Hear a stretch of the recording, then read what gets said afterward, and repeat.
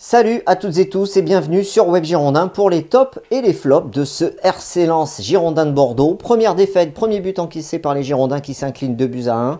Un but de Kalou contre 2 buts adverses. On va regarder ensemble les tops et les flops. Je suis heureux de vous retrouver pour faire ce débrief avec vous. On commence par la composition d'équipe de Jean-Louis Gasset. Costil dans les buts, 3 défenseurs centraux, Benito, Koscielny et Base. Axe gauche, Benito, axe droit, Base, central, Koscielny. En piston gauche, on a Rémi Oudin. En piston droit, on a Sabali. 2 milieux récupérateurs, 2 milieux centraux, Otavio et Basic.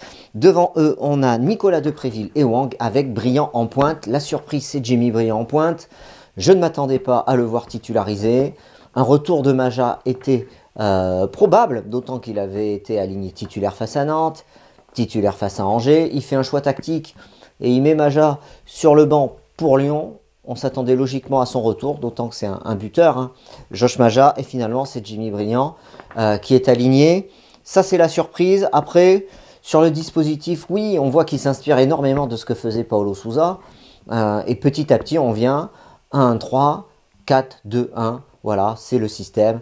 3 défenseurs centraux, 4 milieux de terrain avec Otavio, Basic et excentré Oudin et Sabali. Et les deux de devant, c'est Depréville, Wang et Briand. Voilà, donc un peu déçu sur cette compo. Toujours pas de Ruben Pardo, qui est un des joueurs qui a du ballon pour mener des offensives. Ça fait déjà 3 matchs qu'on le dit. C'est un joueur qui apporte de la qualité technique. Voilà, donc on sait que Jean-Louis Gasset privilégie sa solidité défensive. Et bien ce soir, ça n'a pas fonctionné puisque Bordeaux a encaissé 2 buts et aurait pu en encaisser bien plus.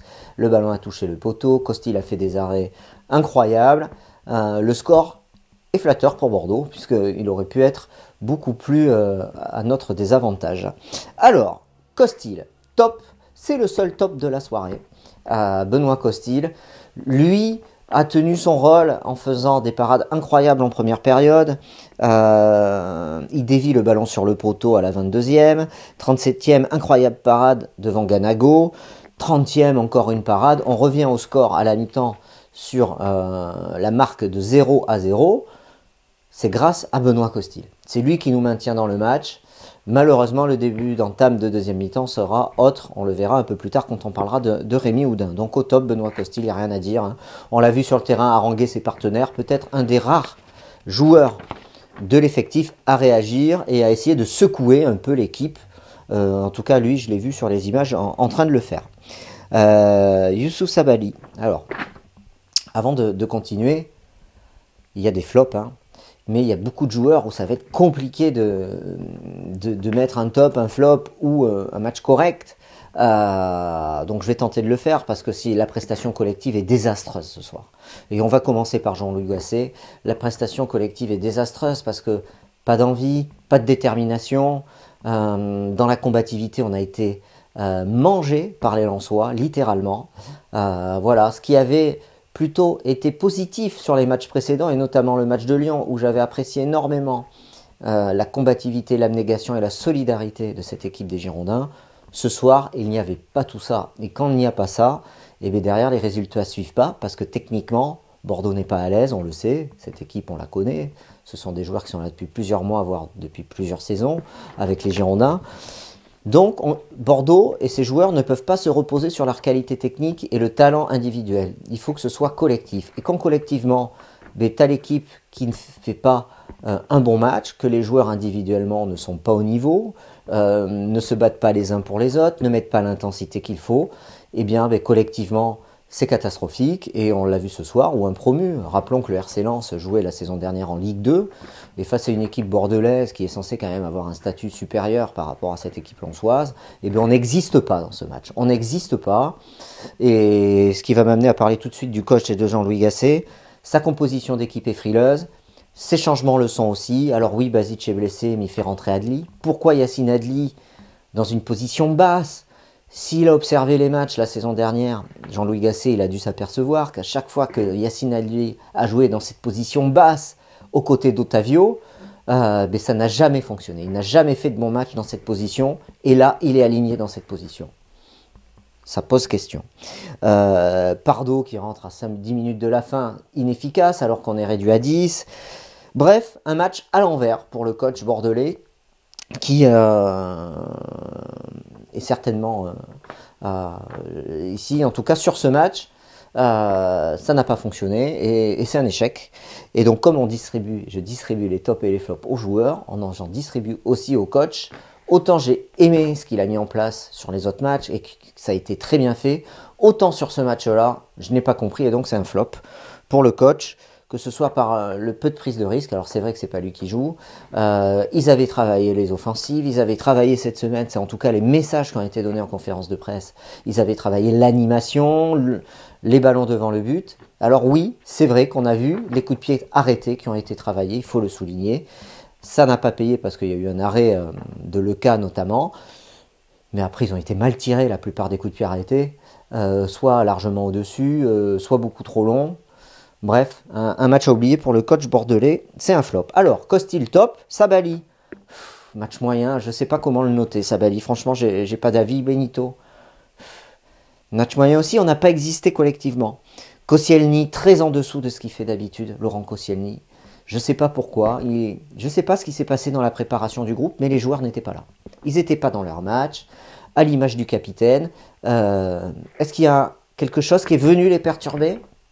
Je ne sais pas. Quand collectivement on passe autant à côté dans la détermination, dans l'envie, c'est qu'il y a quelque chose. Paul Bass, il a gagné des duels, Paul Bass. Mais par contre, il se fait exclure. Il fait ce que certains nomment la spéciale Paul Bass. Je ne serai pas aussi dur que ça avec lui parce que je trouve qu'il n'y a pas pénalty. J'ai vu le match à la télé, comme certainement vous aussi. Paul Bass, je ne sais pas s'il l'accroche, et en plus double peine, il l'accroche à peine, il faut 8 minutes quasiment de VAR et d'arrêt de jeu pour savoir s'il y a pénalty. À un moment donné, soit c'est franche, soit c'est pas franche, et si c'est pas franche, il n'y a pas pénalty. Et en plus derrière, il prend un rouge, et je comprends pas cette double peine. Il me semblait que dans les nouvelles règles d'arbitrage, on devait la supprimer, mais c'est pas le cas, donc il n'a pas de chance. Au final, il se fait exclure, et ça fait un match raté de sa part, à cause de cette action, exclu à la 59e minute.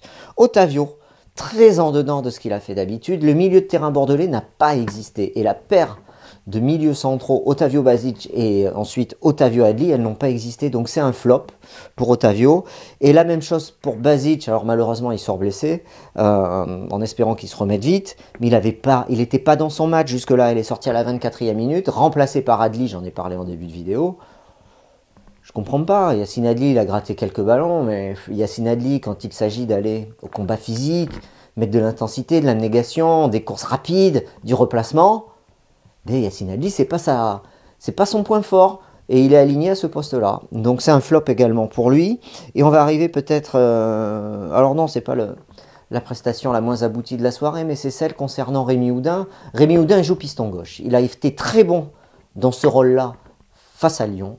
Beaucoup de détermination, beaucoup de solidarité, de la combativité, de l'abnégation dans l'effort. Il s'est défoncé, excusez-moi, je parle familièrement, il s'est défoncé face à Lyon.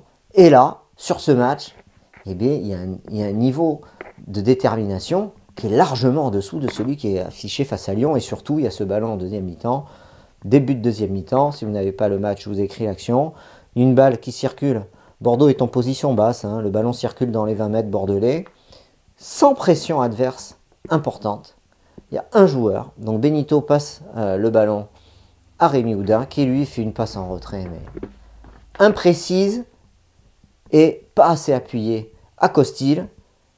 Ça surprend Costil parce que le ballon n'est pas dans les pieds de Costil. Il ne l'attendait pas.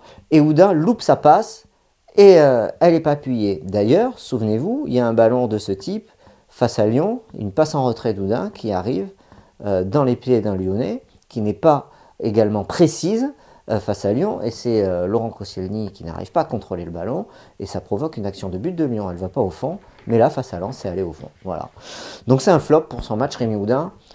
Et je m'interroge sur le fait de passer d'un match avec une intensité très importante face à Lyon, avec beaucoup de positifs pour lui, à un match catastrophique le concernant, et pourtant c'était le même poste. Donc c'est pas une question de poste, je sais pas. C'est une question de concentration, peut-être. Peut-être pourra-t-il nous l'expliquer. Nicolas Depréville, lui aussi, il n'a pas été à son aise. Il a provoqué beaucoup de coups francs pour Bordeaux, parce qu'il rentre dans le lard. C'est un dynamiteur. Sur les premiers appuis, il est puissant et il va au combat. Le combat physique, il connaît. Après, c'est pareil, techniquement, Bordeaux, je crois qu'il y a moins de 80% de passes réussies sur ce match pour les Girondins. Ils sont 75-77%. Lance 83% de passes réussies. Ça fait la différence. Quand les passes elles arrivent dans les pieds, tout de suite tu joues mieux. Donc c'est un match raté aussi pour Nicolas Depréville. Voilà. Donc et on joue pas vers l'avant.